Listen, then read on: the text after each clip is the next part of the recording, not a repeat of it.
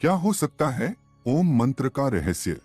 हमें यह तो पता ही है कि ओम मंत्र के उच्चारण से मन को शांति मिलती है और सकारात्मकता बढ़ती है। परंतु क्या इसके अतिरिक्त भी ओम मंत्र का कोई गूढ़ रहस्य है? ओम का रहस्य जानने से तुम्हें ब्रह्मांड के सीक्रेट कोड 369 में से 3 नंबर वाली पहली चाबी मिल जाएगी, जिससे आप सबसे बड़े खजाने के सभी ताले खोल सकते हैं और संसार में सबसे अमीर व्यक्ति भी बन सकते हो। और साथ में यह भी जान सकते हो कि आत्मा क्या है, मोक्ष क्या है, ब्रह्मा क्या है, तुम संसार में क्यों आए हो और तुम्हारा उद्देश्य क्या है। और अगर तुमने ओम के रहस्य को नहीं जाना तो तुम्हारे पास अरबों खरबों रुपए होने के बावजूद भी तुम संसार के सबसे गरीब और भीखमंगे व्यक्ति ही रहोगे। और ओम मंत्र का यह रहस्य तुम वेदों और उपनिषदों से प्राप्त कर सकते हो, लेकिन अगर तुम्हारे पास इतना समय नहीं है कि तुम इनका अध्ययन कर सको, तो आपको हमारी इस प्रस्तुति को अंत तक एकाग्रचित्त होकर जरूर देखना चाहिए। ओम सनातन धर्म का प्रतीक है और यह शिव का भी प्रतीक है। ओम एक ऐसी ध्वनि या मंत्र है जो अनगिनत रहस्य को अपने अंदर समेटे हुए है। और अमेरिका की ऑक्सफोर्ड यूनिवर्सिटी में डायरेक्टर रह चुके पीटर रसेल ओम मंत्र पर गहन अध्ययन कर रहे हैं और उन्होंने E=mc² को ओम =mc² के समकक्ष बताया है। और वो कहते हैं कि यह सूत्र चेतना की अभिव्यक्ति को दर्शाता है। ओम ही ब्रह्मांड की एक ऐसी ऊर्जा है जिससे यह ब्रह्मांड बना है। यूनाइटेड स्टेट में अलग अलग जगह पर रिसर्च चल रहा है कि ओम की ध्वनि का हमारे शरीर पर क्या असर पड़ता है। इस रिसर्च में जब अलग अलग ध्वनि को ऊंची आवाज में बजाया जाता है तो हर ध्वनि का असर शांत पड़े पानी पर अलग अलग पड़ता नजर आता है, लेकिन ओम की ध्वनि का असर पानी पर सबसे अलग पड़ता है। रिसर्चर खुद हैरान थे कि ओम की ध्वनि के बजने पर पानी पर ऐसी आकृति बनती है जैसे कि सनातन धर्म में बताए गए श्री यंत्र की आकृति होती है। ओम के सिवा कोई ध्वनि ऐसी आकृति नहीं बनाती थी। रिसर्चर ने बताया कि ओम की ध्वनि बहुमूल्य ज्ञान का खजाना है। और जब प्राचीन काल में एक सन्यासी को लगा कि गुप्त मंत्र से बड़े बड़े खजाने के ताले तोड़े जा सकते हैं, तो यह सन्यासी गुप्त मंत्र की तलाश में एक बड़े आश्रम में जाता है। वहाँ के आचार्य से कहता है कि आप मुझे मूल्यवान गुप्त मंत्र दीजिए। तो आचार्य ने कहा कि मैं तुम्हें गुप्त मंत्र तो दूंगा, लेकिन तुम्हें सालों तक यहाँ रहकर सेवा करनी होगी। सन्यासी ने सेवा करते करते सालों बिता दिए। एक दिन सन्यासी आचार्य के पास गया और बोला कि अब तो वह गुप्त मंत्र मुझे दे दीजिए। तो आचार्य ने कहा कि ठीक है, तुम मेरे नजदीक आओ, मैं तुम्हारे कान में वह गुप्त मंत्र कहूंगा। सन्यासी नजदीक गया तो आचार्य ने ओम मंत्र दिया। सन्यासी खुश हो गया, वह वहां से चला गया और ओम का जाप करने लगा, लेकिन कोई धन की प्राप्ति नहीं हुई। तो उसे संदेह हुआ कि आचार्य ने उसके साथ धोखा किया है। वह जब बाहर निकला तो एक माँ उसके बेटे को बुला रही थी कि ओम बेटे यहाँ आओ। तो सन्यासी चौंक गया, क्योंकि यहाँ तो किसी के बेटे का नाम ही ओम था। जब वह और आगे गया तो कुछ ब्राह्मणों को देखा जो हरि ओम बोल रहे थे। सन्यासी ने कहा, अच्छा, यहाँ भी ओम बोला जा रहा है। सन्यासी रास्ते में और आगे बढ़ा तो कुछ विद्यार्थियों को ओम शांति ही बोलते हुए सुना। तो सन्यासी कहने लगा, कहीं आगे ओम बोला जा रहा है तो कहीं वाक्य के पीछे ओम बोला जा रहा है। इस ओम मंत्र को तो सभी जानते हैं, तो यह ओम का मंत्र कैसे गुप्त मंत्र हो सकता है? निश्चित ही मेरे साथ धोखा हुआ है।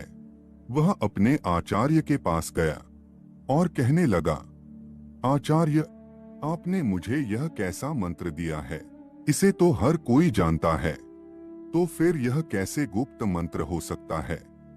आप मुझे कोई दूसरा गुप्त मंत्र दीजिए जिससे मुझे खजाने की प्राप्ति हो। आचार्य बोले, ठीक है, मैं तुम्हें दूसरा गुप्त मंत्र दूंगा, लेकिन तुम्हें मेरा एक काम करना होगा। आचार्य भीतर जाकर एक पत्थर लेकर आए और सन्यासी से बोले, यह लो सन्यासी, इसे बाजार में ले जाओ और इसका मूल्य जानकर आओ। याद रहे, इस पत्थर को बेचना नहीं है। सन्यासी पत्थर को लेकर बाजार में गया और सब्जी वाले को दिखाया। सब्जी वाला बोला, यह तो मेरे बाट के बराबर है, मैं उसके बदले में तुम्हें सेर बैंगन के सिवा कुछ नहीं दे सकता। सन्यासी उस पत्थर को लेकर फिर कपड़े वाले के पास गया तो कपड़े वाला बोला, क्या हमें उल्लू समझा है? पत्थर बेचकर हमें ठगना चाहते हो? चलो चलो यहाँ से। सन्यासी पत्थर को लेकर पूरे बाजार में फिरता रहा, लेकिन किसी ने उसका मूल्य नहीं बताया और किसी ने उसको मुफ्त में भी नहीं लेना चाहा। फिर सन्यासी उस पत्थर को लेकर एक जौहरी की दुकान पर गया। जौहरी ने उस पत्थर को देखा और बोला, कहाँ से मिला तुम्हें इतना कीमती रत्न? यह तो बहुत ही मूल्यवान रत्न है।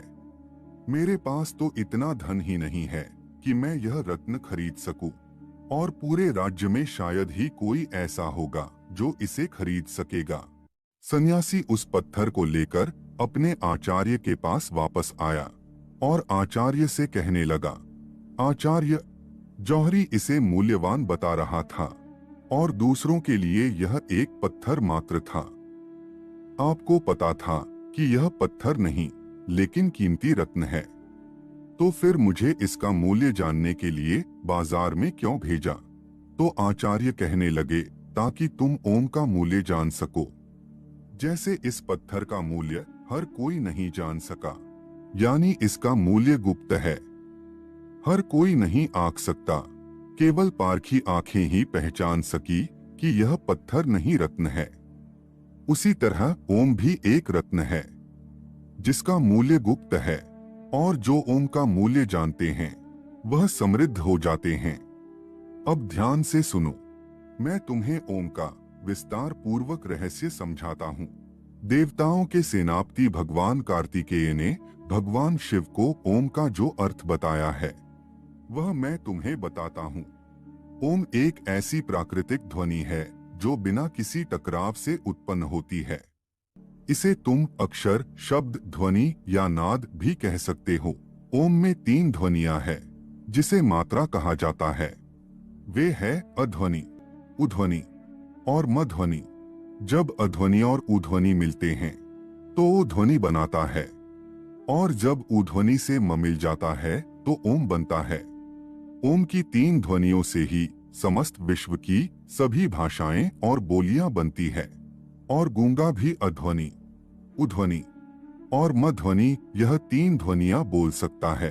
आपकी भाषा कोई भी हो, लेकिन जब आप उच्चारण के लिए मुंह खोलते हैं तो सबसे पहले अकार की ध्वनि ही निकलती है, और जब तुम उच्चारण के अनंतर मुंह बंद करते हो तो मकार की ध्वनि ही निकलती है, और जब तुम होठों को पास लाकर मुख को आधा खुला और आधा बंद रखते हो तब उकार की ही ध्वनि सुनाई पड़ती है।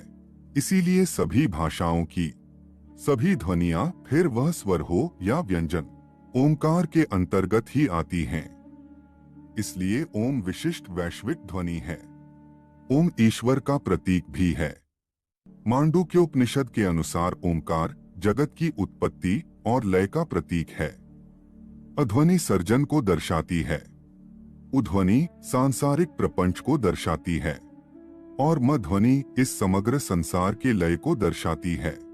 ओमकार आत्मा की 3 अवस्थाओं को भी दर्शाता है।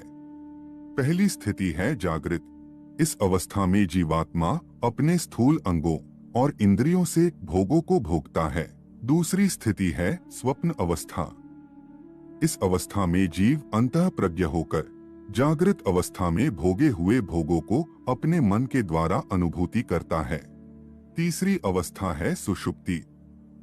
इस स्थिति में जीवात्मा आनंदमय ज्ञान स्वरूप हो जाती है और ज्ञान से परमानंद को प्राप्त करती है, और इन तीनों अवस्था के बाद आत्मा ब्रह्मलीन हो जाती है। इस अवस्था में आने के बाद आत्मा अद्वैत शिव ही शिव रह जाती है। अब उसे जीव जगत और ब्रह्म के भेद का प्रपंच नहीं रहता और उसे अनाहत नाद ओम सुनाई देता है। अनाहत नाद कोई ध्वनि नहीं है, लेकिन अनाहत एक अनुभूति है जिसमें आत्मा कहती है कि अहम ब्रह्मास्मि, शिवोहम, मैं ही ब्रह्म हूँ, मैं ही शिव हूँ, मैं ओंकार हूँ। मैंने ही जगत के रूप में अपना विस्तार किया है। मैं ही शेर हूँ जो मेरे ही हिरण रूप को मारने जा रहा हूँ। मैंने ही अपने पुत्र के रूप में जन्म लिया है और मैं ही मेरे माता पिता के रूप में जन्म ले चुका हूँ। इस संसार में केवल मैं ही हूँ, मेरे सिवा कोई नहीं है। बोलने वाला भी मैं ही हूँ और सुनने वाला भी मैं ही हूँ।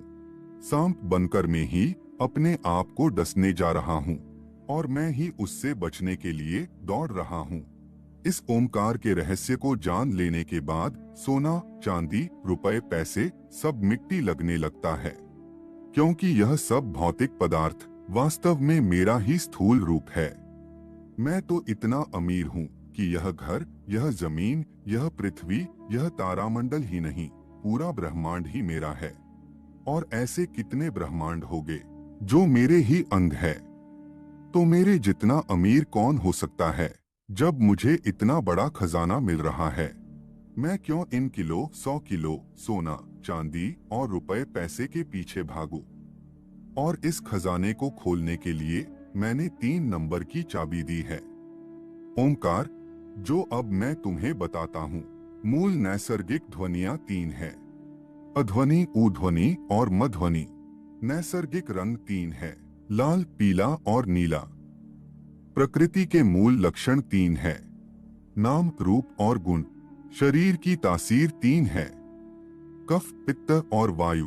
ब्रह्मांड की स्थितियां 3 है, उत्पत्ति, पालन और प्रलय। और उनके देवता भी 3 है, ब्रह्मा, विष्णु और महेश। पदार्थ के मूल तत्व 3 है, न्यूट्रॉन, प्रोटॉन और इलेक्ट्रॉन। पहले आयाम 3 है, लंबाई, चौड़ाई और गहराई। और इन 3 नंबर की चाबी को जितना गहराई से अध्ययन करोगे और उसकी गहराई में जाओगे, तुम मुझे ही पाओगे, नहीं अपने आप को ही पाओगे, क्योंकि इस संसार में तुम्हारे सिवा दूसरा कोई है ही नहीं। तो मित्रों, यह प्रस्तुति आपको पसंद आई है तो